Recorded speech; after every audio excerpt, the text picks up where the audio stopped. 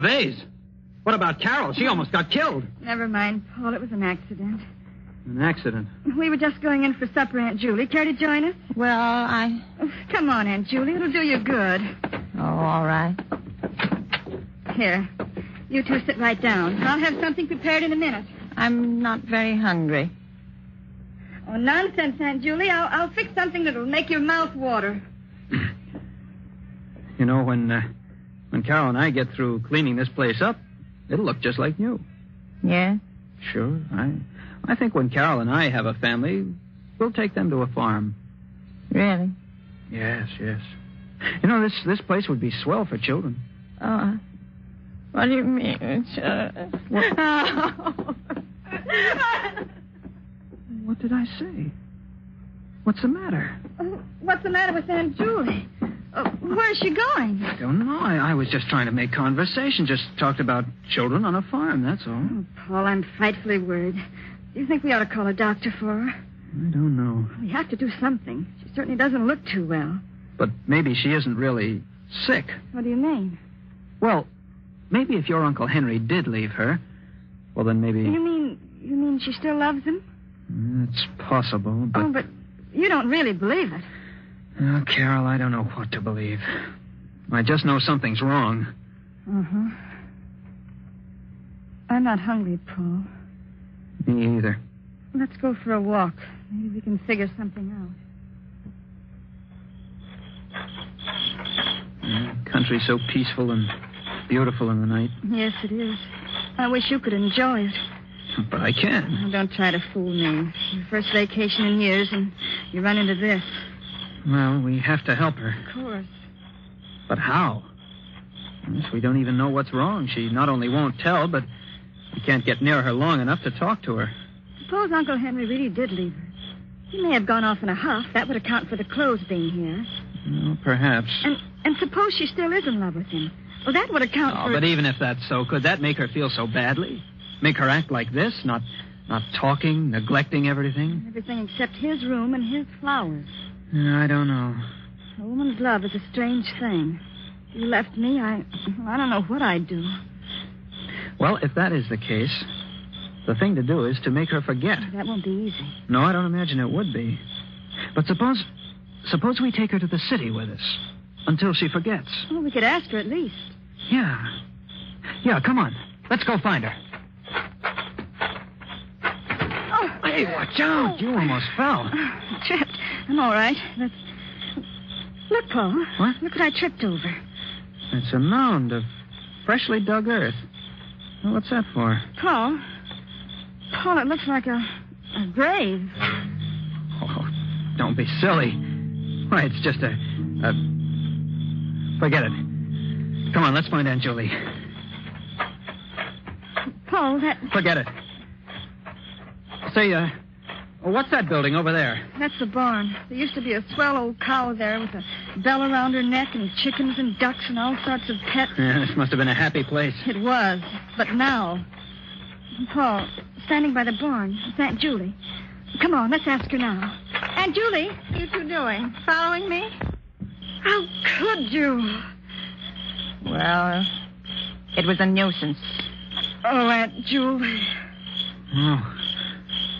A cat. With its neck wrung. This was the first indication of Aunt Julie's ruthlessness. It seemed so unlike the Aunt Julie that I knew.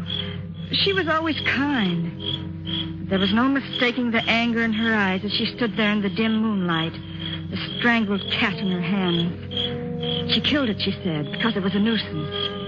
If she could do that, what else was she capable of doing? Paul and I went into the house. We went upstairs and put the finishing touches in our room and went to bed. I couldn't sleep. And as I watched the moon make its slow, solitary way across the heaven, I kept thinking, Paul and I are also a nuisance. Paul and I are also a nuisance. Toward midnight, I became drowsy and was just beginning to fall off to sleep when I heard footsteps in the hall. Paul. What? Paul, wake up. What is that? Shh. I hear footsteps in the hall. Footsteps? I don't hear anything. There. Hear it? Yeah. Must be Aunt Julie. What would she be doing up this time of night? I don't know, but who else could it be? Well, I'll go see. I'm coming with you. Now, quiet. Don't put on the light. I can't see. Yes, now I can. It is Aunt Julie. She's walking down the hall. I think she's coming this way. Quiet. Shh. I think she's... What's she got in her hand? Looks like a scissors. Scissors? Yes. What would she be doing with... Carol, she's coming this way. Get back in bed, quick. What? Get in bed. All right, now, quiet.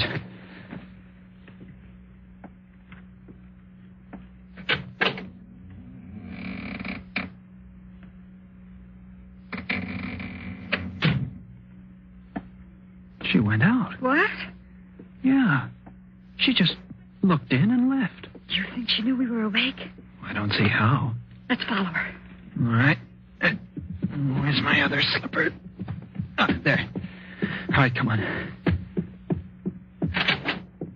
She's going downstairs. Come on, and be quiet. I think she's going outside. Let's go. Not so fast. Give her a chance to get out. There, she's out. Come on. Look, Paul. She's cutting a bunch of roses off the bush. She's taking them around to the back of the house. Come on. Here. Now get down behind this bush. Look, Paul. She's going over to that mound and placing the roses on it. Paul. Shh. But, Paul, it looks like... Quiet, Carol. She's kneeling beside it. Now she's getting up and coming back. Get down.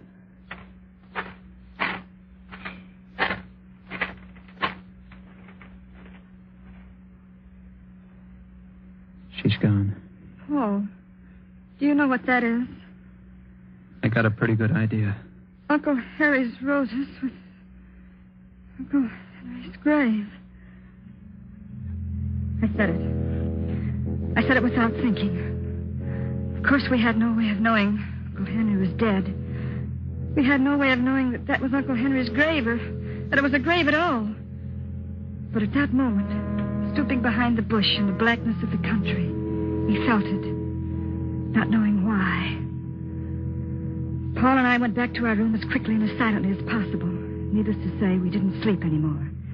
We just kept looking at each other, asking ourselves questions, trying to analyze our feelings. Soon we could see the streaks of dawn coming up over the treetops. And we slept the early morning hours trying to convince each other that our thoughts were ridiculous.